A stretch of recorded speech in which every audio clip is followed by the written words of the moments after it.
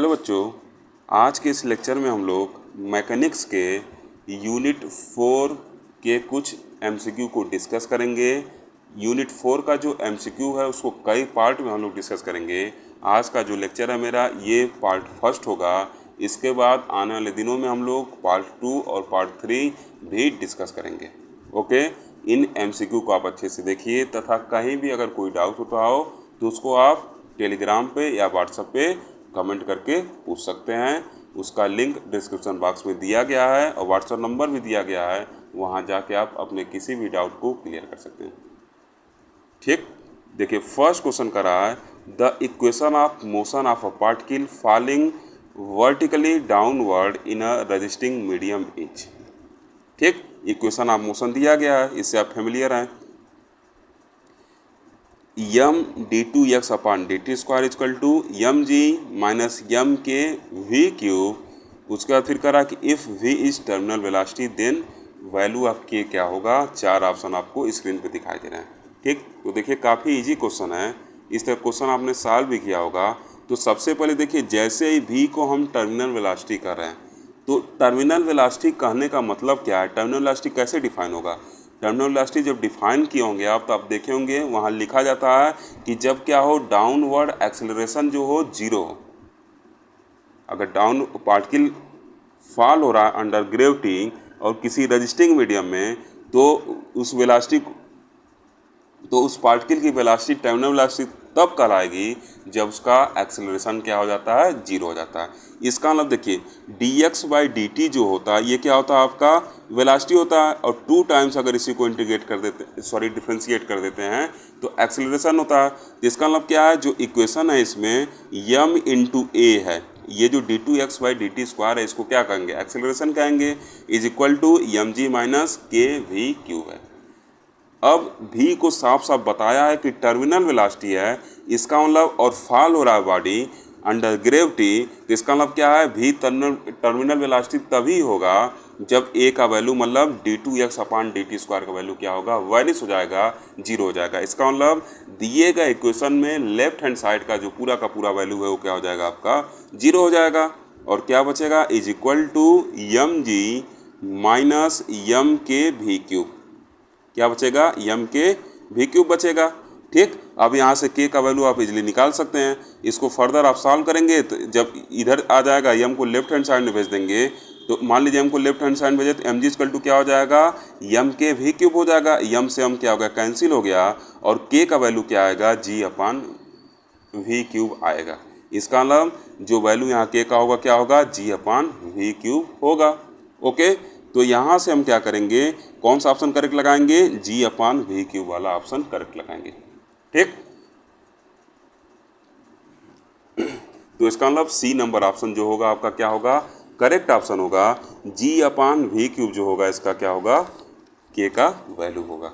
Okay, अब देखिए कह रहा कि द रेजिस्टेंस फोर्स इज, तो रेजिस्टेंस फोर्स जो होता है आपका क्या होता है, नॉन कंजर्वेटिव फोर्स होता है। ठीक, ये चीज़ तो आप इजीली समझ सकते हैं। ये क्या होगा, आपका नॉन कंजर्वेटिव फोर्स होता है क्योंकि ये आपका पाथ डिपेंडेंट होता है।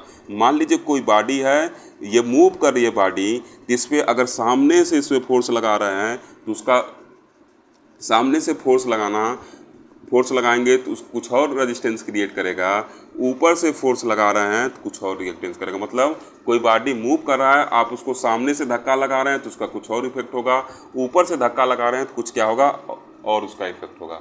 इसका मतलब क्या है, वो आपका जो है पाथ डिपेंडेंट है, वो डिपेंड कर रहा है कि किस तरीके से आप उस पर रेजिस्टेंस क्रिएट कर रहे हैं। इसका मतलब क्या है, किस कैटेगरी में जाएगा, आपका नॉन कंजर्वेटिव फोर्स के कैटेगरी में जाएगा। ओके, तो ये क्या होगा आपका सेकंड नंबर क्वेश्चन का क्या होगा, आपका ऑप्शन नंबर जो बी होगा वो आपका क्या होगा, करेक्ट होगा। The resistance force in non conservative force क्या हो सकता है, इसमें फ्रिक्शन फोर्स, ठीक, एयर रेजिस्टेंस, ये सब क्या है, नॉन कंजर्वेटिव फोर्स के एग्जाम्पल होते हैं। ओके, अब देखिए थर्ड क्वेश्चन का रहा है the moment of inertia of a solid sphere about tangent is. Moment of inertia पूछ रहा है सॉलिड स्फीयर का अबाउट टेंजेंट।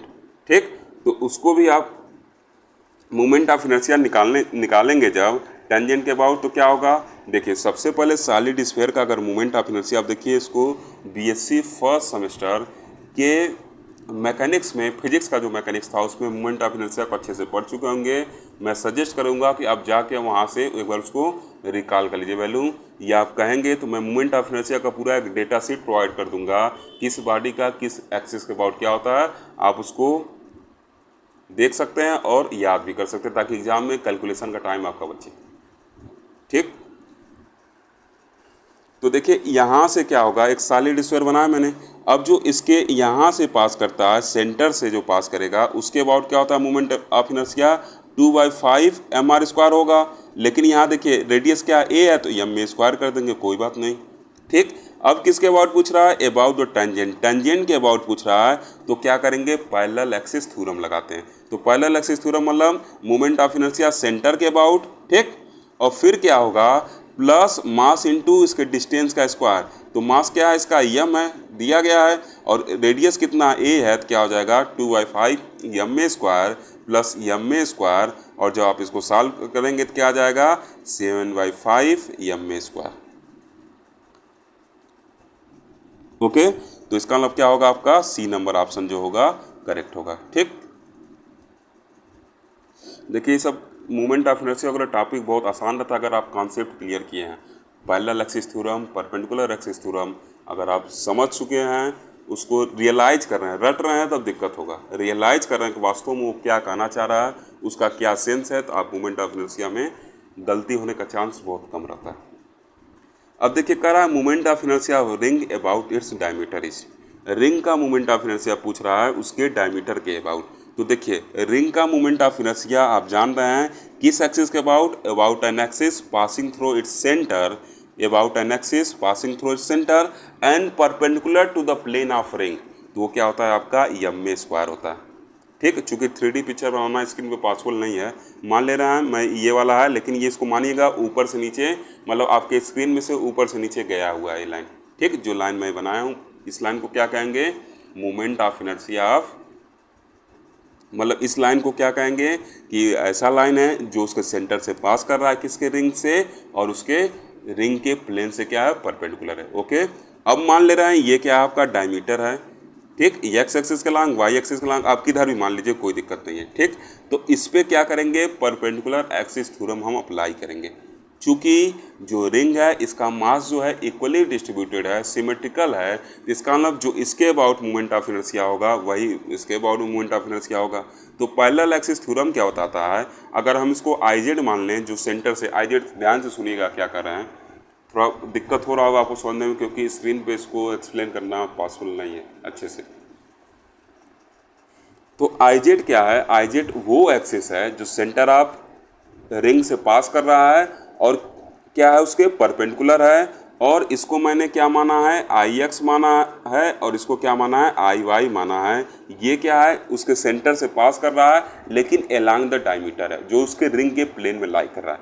तो पैरेलल एक्सिस थ्योरम क्या बताता है कि IZ इक्वल टू क्या होगा IX प्लस IY होगा, यही होगा। तो IZ के अबाउट मोमेंट ऑफ इनर्शिया क्या है ma² है, IX और IY के about moment of inertia same होगा क्योंकि रिंग है तो उसका जो मास है IX और IY के अबाउट आपके सर लोग बताए होंगे क्या है इक्वली डिस्ट्रीब्यूटेड है।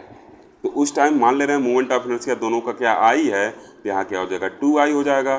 तो I इक्वल टू क्या हो जाएगा ma²/2 हो जाएगा। ठीक, अबाउट डायमीटर। इसी तरीके से अबाउट टेंजेंट भी पूछ सकता है।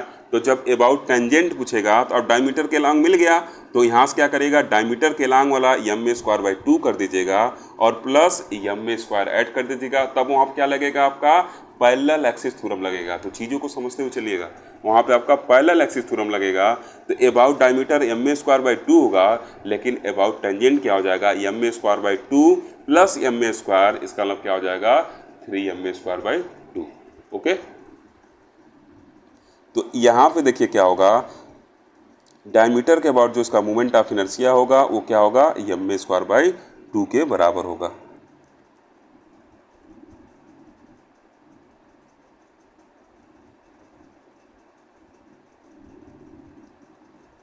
ओके, अब देखिए correct. 5 number question, the direction of the force of resistance is always dot dot dot, फिर लिखा हुआ है to direction of motion of body.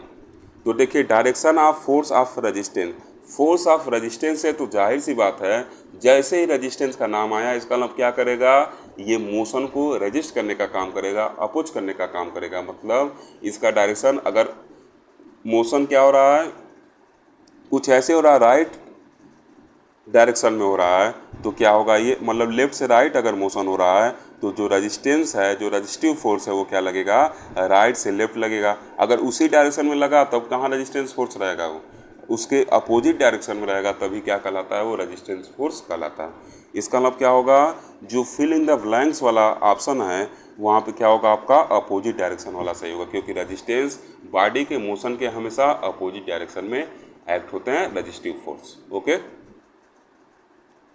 ठीक, अगर मैकेनिक्स समझ रहे होंगे तो काफ़ी आपको आसान लगेगा, रट रहे होंगे तो काफ़ी टफ लगेगा। हाँ ये चीज़ है कि आपका एमसीक्यू एग्ज़ाम है तो कुछ फार्मूले ज़रूर रटने पड़ेंगे, क्योंकि आपको एग्ज़ाम में इतना टाइम नहीं है, 1 घंटे का पेपर है कि बैठ के डिराइव करें। तो और मैथ के फार्मूलों को याद करने का तरीका क्या होता है, उसमें बेस्ड आप क्वेश्चन सॉल्व करिए तभी वो याद होगा, क्योंकि जब आप क्वेश्चन सॉल्व करेंगे तो आपको पता चलता है कहाँ पे क्या गलती किए हैं, कि फार्मूला में क्या गलती हुआ है, कैलकुलेशन क्या गलती हुआ है, तो उससे आप चीज़ों को सीखते हैं। डायरेक्ट याद करेंगे तो कहीं फार्मूला में d t u square d t u upon d theta square है तो d u by d theta लिख के चले आएंगे, तो ये सब दिक्कत हो सकती है। इस वजह से चीज़ों को प्रैक्टिस करिए, प्रैक्टिस करके फार्मूले को याद करने का कोशिश करिए। अब देखिए कह रहा है 6 number question, by increasing the velocity of any body in medium the resistance of the medium. आप जैसे जैसे वेलोसिटी इंक्रीज करेंगे तो क्या होगा, आपको अपना वेलोसिटी इंक्रीज कर रहे हैं तो रेजिस्टेंस ऑफ द मीडियम क्या होगा, वो भी इंक्रीज होगा। जैसे आप पैदल चल रहे हैं ठीक, और फिर दौड़ने लगे तो दौड़ेंगे तो क्या होगा, आपको एक्स्ट्रा फोर्स लगाना पड़ रहा है। इसका मतलब क्या है, आपको मीडियम में एक्स्ट्रा रेजिस्टेंस से लड़ना पड़ रहा है। मतलब आप दौड़ रहे हैं तो फोर्स एक्स्ट्रा लगा रहे हैं, इसका मतलब क्या है, आप जैसे अपने वेलोसिटी की इंक्रीज के मीडियम में रेजिस्टेंस भी इंक्रीज हो गया, इसलिए आपको अब ज़्यादा ताकत लगाना पड़ रहा है। इसका मतलब क्या है, जैसे ही वेलोसिटी क्या होगा, इंक्रीज होगा, मीडियम में जो रेजिस्टेंस होगा वो भी क्या होता है, इंक्रीज होता है। ठीक, तो ए नंबर ऑप्शन आपका क्या होगा, करेक्ट होगा। ठीक, जैसे प्लेन वगैरह देखिए, जैसे जैसे स्पीड बढ़ेगा वैसे वैसे क्या होता है, एयर रेजिस्टेंस उसका बढ़ते जाता है। तो ए नंबर ऑप्शन क्या होगा, इसका करेक्ट होगा। ओके 7 नंबर क्वेश्चन कर रहा है कि the equation of motion of particle falling vertically downward in resisting medium, equation आपको दिख रहा है, if we is terminal velocity.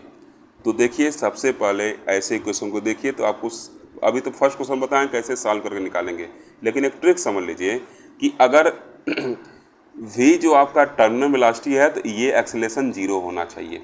तो ये एक्सेलेरेशन कब 0 होगा, जब राइट हैंड साइड आपका क्या हो जाए, 0 हो जाए। तो k का क्या वैल्यू रखें कि राइट हैंड साइड 0 हो जाए। फर्स्ट क्वेश्चन में एक तरीका होता है, अब दूसरा तरीका होता है इसको सॉल्व करने का। ठीक, तो तुरंत आप देखिए k के किस वैल्यू के लिए ये वैल्यू 0 होगा, तो k इक्वल टू अगर हम क्या पुट कर दें, जी बाई भी पुट कर दें, तो v से भी कट जाएगा और mg बच जाएगा, और उसके पहले mg है तो एक mg पॉजिटिव एक mg निगेटिव, तो एक्सेलेरेशन तुरंत वहाँ से आपका क्या हो जाएगा, 0 हो जाएगा, जो टर्मिनल वेलोसिटी के डेफिनेशन को सेटिस्फाई कर रहा है। इसका मतलब क्या है, k is equal to g by भी हमको पुट करना पड़ेगा। ठीक, एक तरीका ये है, दूसरा तरीका आप एक्सेलेरेशन को 0 करके k का वैल्यू निकाल सकते हैं, जैसे फर्स्ट नंबर क्वेश्चन में मैंने बताया था। ओके चलिए ठीक,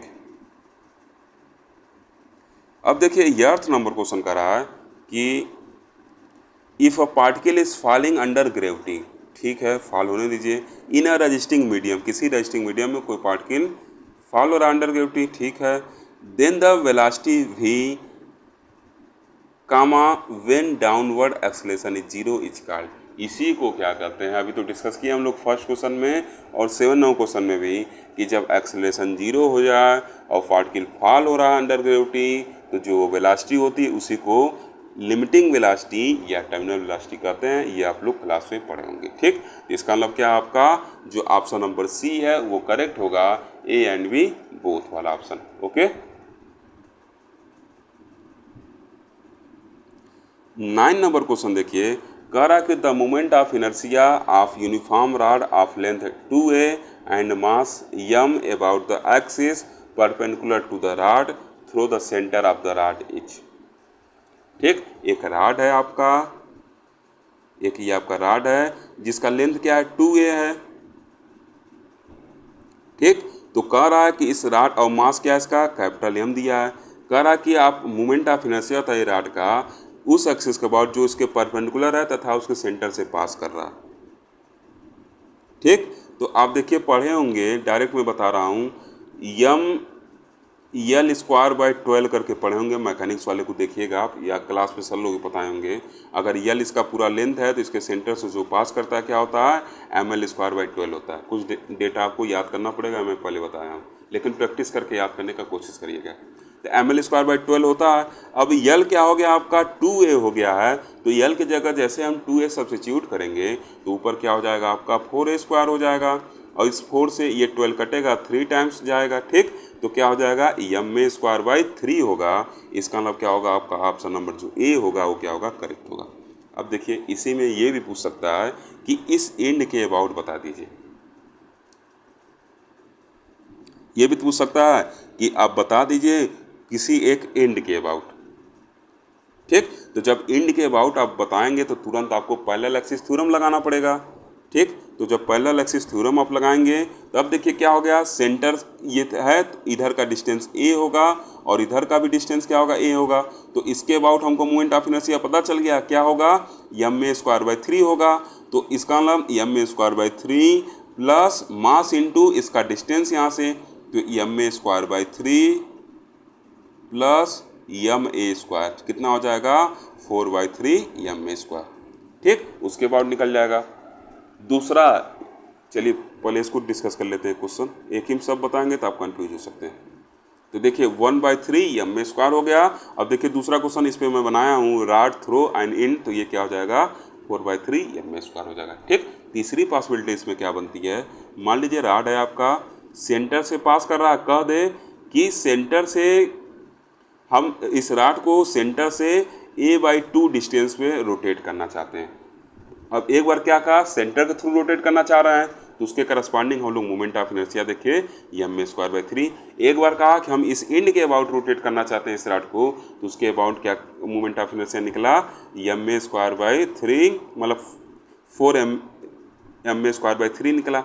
अब कहते नहीं, हम ना एंड के अबाउट रोटेट करना चाहते हैं और ना ही सेंटर के अबाउट, हम सेंटर से a/4 a/2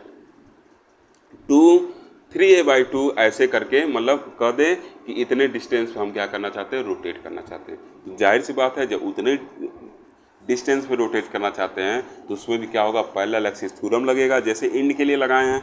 तो क्या हो जाएगा ma स्क्वायर और ma स्क्वायर बाई 3 और प्लस क्या हो जाएगा मास इंटू डिस्टेंस का स्क्वायर, तो m और डिस्टेंस क्या हो गया, पहले a था अब a/2 का स्क्वायर हो गया, इसको ऐड कर दीजिएगा तो a/2 डिस्टेंस पे इसका मोमेंट ऑफ इनर्शिया निकल जाएगा। ओके, चलिए ठीक।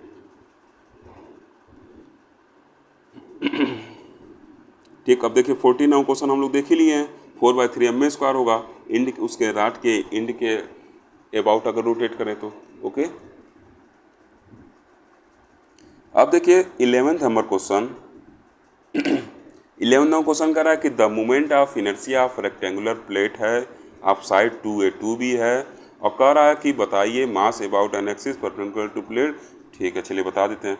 तो देखिए क्या, एक मान लीजिए रेक्टेंगुलर प्लेट है आपका, मान ले रहे हैं 2a क्या है इसका चौड़ाई है और 2b क्या है लंबाई है, क्या दिया है 2a 2b। ठीक, लंबाई दिया चौड़ाई दिया, तो इसका मोमेंट ऑफ इनर्शिया कितना होगा। तो देखिए